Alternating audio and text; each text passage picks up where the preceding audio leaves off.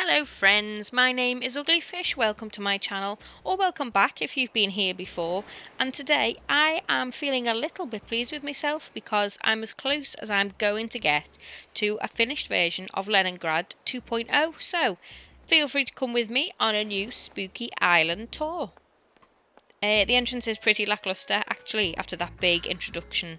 I wasn't sure what to do here because my town hall doesn't line up very well to my airport, so we will fly past that and go into the neighbourhood. I do have a screenshot of my old map which we could compare to later. The houses used to be in grids, everyone had a fenced off garden to themselves, but now everyone's just connected with one long twisty path and the whole area is decorated in a spooky Halloween way. I've got a small pumpkin patch on the go here, like a communal garden, but that will be going soon because I've got a better patch elsewhere. And one thing I am really happy with is the throwback school radios. I've been able to place them around and they play KK Dirge, which I think fits quite well. I would have liked it so you could only hear the KK song playing, but I don't think you can do that, so there are just a few skulls dotted about the island. It's not the easiest thing for the islanders to sing along with, though it can sound really horrific sometimes. Zella's just having a little non-spooky relax over there. I've tried to limit the colours of the flowers to what you would consider spooky Halloween colours. So there's a few deep reds, there's 4 blue flowers I think because I didn't want to get rid of them, and a few purples. It's mainly orange and blacks though. I had a lot of orange cosmos. The hybrid cosmos grow really easily, I think. I don't know if that's because they were my native flower. So the orange ones have come in really handy. Now what I wanted to do, though I'm more than happy to keep this area covered in pumpkins all year round, if the villagers were to start complaining, and to be honest, Bruce over there already has, I wanted to make it easy to swap the pumpkins out for maybe the mush items that I'll have access to in November and still be able to keep this whole area to some sort of theme. Some of the items too, like the Halloween towers and the lanterns, can just be spun around to the side and then they look like harvest items rather than specifically spooky items. The iron and stone fences really lend themselves well to these kinds of spooky designs as well. I did try all of this with spooky fences, but I preferred the iron and stone fence. Now I did also want a lot of cedar trees in this area too, but it obscures the view too much for general gameplay, so I haven't got as many of them out as I would like. I really like the idea of having a huge covered tree area that would be quite dark and then you'd get a really good Halloween glow, but the game doesn't really let you do that. I mean, there is a lovely Halloween glow, they've done a really great job with the lighting effects on the spooky items, but I wanted an area that was kind of pitch black and just lit up by pumpkins, which you can't do. So we'll jump over the river now. I'll take you up to where the shop used to be. I kept this pretty much the same shape because I quite like this area anyway, and it was the first section that I redid, so I maybe wasn't as daring up here as I have been in other places. It's just quite a peaceful, sort of a zen space away from the spookiness. I do know it's quite plain, but I like it anyway. I've got some fountains either side, I've got Stonehenge. I'm trying to get a nice shot here with the moon behind it. It's a good place for photographs really. It's the sort of tourist spot of the village. If I did suddenly think of something else that I wanted to build though, this would probably be the area that it would take over. I was also wondering about swapping Stonehenge out. If Gulliver brings me any other landmarks, I'll certainly give it a try because there are other parts of the island that Stonehenge would just fit quite naturally into. But I don't have anything to swap it out with at the moment, so Stonehenge it is. Popping back downstairs, this is where the campsite is. There are a few places that still need some work doing to them. The campsite still needs one of those big campsite signs, but this is it for now. I've kept it quite natural and quite sprawling really. I've left a lot of the weeds in as well because I think this season the weeds are lovely. Haven't really spookified this area, kept it quite natural because it leads nicely onto my spooky garden. I've placed myself right in the middle of the island. Now I cover Red's Secret Beach, bit of a spooky lair for myself, entering the spookiness through the arches. I've kept most of the black flowers here for myself, made a bit of a goth garden, some of the purple ones as well, and I've dropped a few spooky decorations about. I still need to wait for Leaf to come back and drop off some more holly starts for me. That's why that bit of the fountain isn't finished, which is a bit... I forgot about that, to be honest. I feel a bit bad. I've dropped some star fragments around as well. I think that's quite a nice, interesting design thing. The large star fragments certainly look better than the smaller yellow ones, but I don't have very many of them. Throughout the island, and especially in this garden, I've kind of gone to town with the patterns on the floor. There are some really fantastic patterns that you can just search and download. The only thing I wish is that we had more design spaces, because I want more. I'll do a very quick house tour actually. I don't use every room in the house. Maybe 3, maybe 4. This is the living room. Bog standard, nothing special. I like keeping the design of this room dark. It's probably one of the most interesting living room designs I've ever had in a house, because I'm quite prone to just pushing furniture up against the wall. But it's not a bad room. I only really use my house for changing my outfit and doing DIYs. Run upstairs to the bedroom. This is a lot lighter of a room. Oh, put the light on and it will be. We have Patches the hamster here to my left. She's named after my real life hamster. Then it's just quite plain and wooden. I like the antique furniture. I would have preferred it in black, obviously. Keep up with a bit of a goth theme, but I've got some plants just to keep the air fresh. I've got a toy that I think was a mail gift from my mum. And I've got a paper tiger that was given to me by an in real life friend when she came and visited Leningrad. A few more plants this side. It's really nothing special. I'm just trying to collect the whole antique furniture set. We'll pop downstairs and downstairs again to the most fun room in the house. One more set of stairs, and this is where I pretend I am part of the aquarium co-op team. This is my fish room. So I used to have a lot of fish tanks until my leg got really bad and I couldn't stay on my feet for long.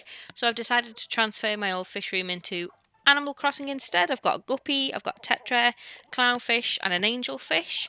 Got my little desk there with my computer where I do my marine biology work, microscope, lovely hot cup of tea, all my fish prizes on the wall, lovely big sink in the corner to do water changes with. And then over on the other side, if I can get through, there's a camera there for YouTube videos, because I originally did want to start making YouTube videos about my fish. When that didn't work out, it turned to Animal Crossing. Got a fire in the corner to keep the place warm. The fish wall, I can't remember if it was from Sahara or if it was a prize from the fishing tournament. Either way, I am a huge fan of it. I think it looks, as outrageous as that room is, it's probably my favourite room in the house. To the left I've got a bathroom that has nothing in. It's just intended to be a bathroom. There's nothing to the right. I can't remember what's back here. I don't think there's anything, but oh no, it's just the room where I throw whatever I've bought from Sahara down to have a look at it. That dinosaur floor is quite nice though. I wish you could put floors down outside and they take up like a 9x9 square. I think that would be really cool, especially a big dinosaur fossil like that. You could make an excavation area, because to do that naturally, that would take up probably half of your design slots. Run back through the garden, past my rubbish fountain, and onto the farm area. So this is the big pumpkin patch that I was talking about before. This is as huge as it is at the moment just because I was making so many spooky decorations. I will be cutting this top area down soon and just decorating it.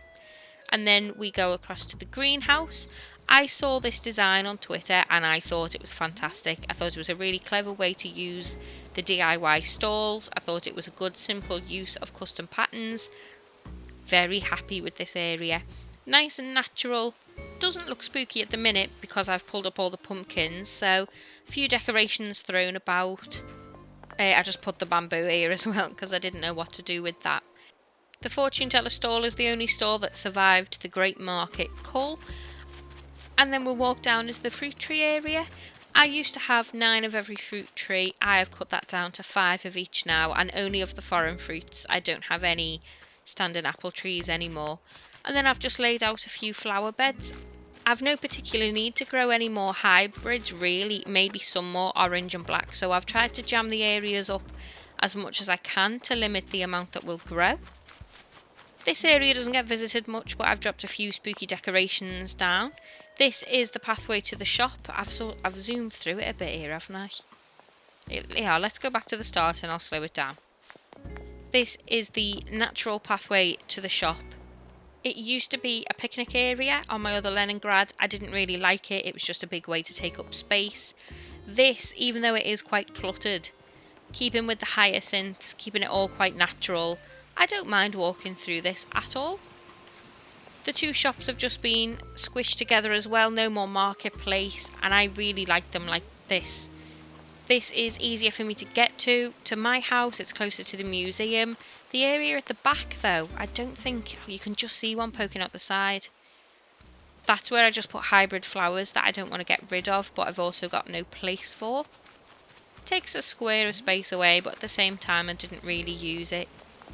And again, a few little Halloween decorations, but enough that I can just pick them up easy should a villager start to complain, and the area won't look too empty.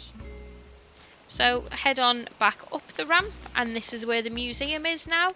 I did want to draw a path from the museum doors to the ramp, but they're not the same amount of squares, so I just thought leave it blank. Lovely natural museum, 2 stone tablets either side, and then some lovely outdoor exhibits. I've kept the Triceratops skull, which has been outside my museum for a very long time.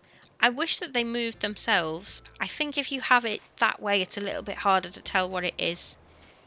And then small Egyptology section. We've got the Sphinx, we've got the golden casket and a golden dung beetle. Quite like this area. Again, if Gulliver was to bring me the pyramids, maybe I'd try dropping the pyramids there. And then over on this side, I have just got some statues that I bought from Red. I don't know if these are real. I know the warrior to my right isn't because he's holding a shovel. But David and the Valiant statue at the front could well be museum worthy, but I like them outside. I wanted to see if I could put David's head on top of the Valiant statue there, but apparently not. Right, one back through the orchard and I will show you the 2 last bits of the island. This part is the part of the island that I'm most disappointed with. I did have really high hopes for this. So this is a moon lake. I thought I was the only one who'd ever come up with this idea. Obviously not. There were so many tutorials online about how to make it, and I still couldn't make it right. And this is another area where I am waiting on certain DIY recipes from Celeste. Some of the bigger star fragments, I think it's called a Nova Star, and that moon lamp chair to go in this area. So the idea is it's a moon garden. At the minute, it's just a big, useless tower. Luckily though, I am really happy with this section, so I don't have a job anymore. I quit. I spend most of my days now bouncing between Animal Crossing and Dark Souls. So this is a sort of little homage to the Firelink Shrines from Dark Souls 3. I will throw on my Firekeeper outfit that I got. Look at that. So you've got a bonfire in the middle. I wish that you could still get, I think it was the previous Animal Crossing games where you traded in the coins you got from Street Pass, and then you would get Nintendo themed items, and you could get the Master Sword, and I was convinced you could still get it on this game. It's going to put the Master Sword behind the bonfire like a coiled sword. I don't think you can do that. I've certainly not found any kind of sword other than a katana, so instead I decided to do the 5 thrones for the Lords of Cinder. Obviously it's not any kind of perfect replica of Firelink Shrine, but I am still really happy with it. So we'll jump now to the final section of the island. This used to be Museum Island, and it is now, very sadly, a cemetery. Again, we've got some probably slightly offensive skulls lying around. They're playing KK's Lament, which I thought was more apt for the situation. Another angel standing in the middle. She was originally going to be guarding the golden casket that's now ended up in the Egyptology section. Turns out I just quite like her on her own. And then you've got a few of the, I think they're called Western style stones. They are quite obviously gravestones. We also have a Zen style stone there. I'm not quite sure who's buried here, to be honest. I'm not sure what my own intention is.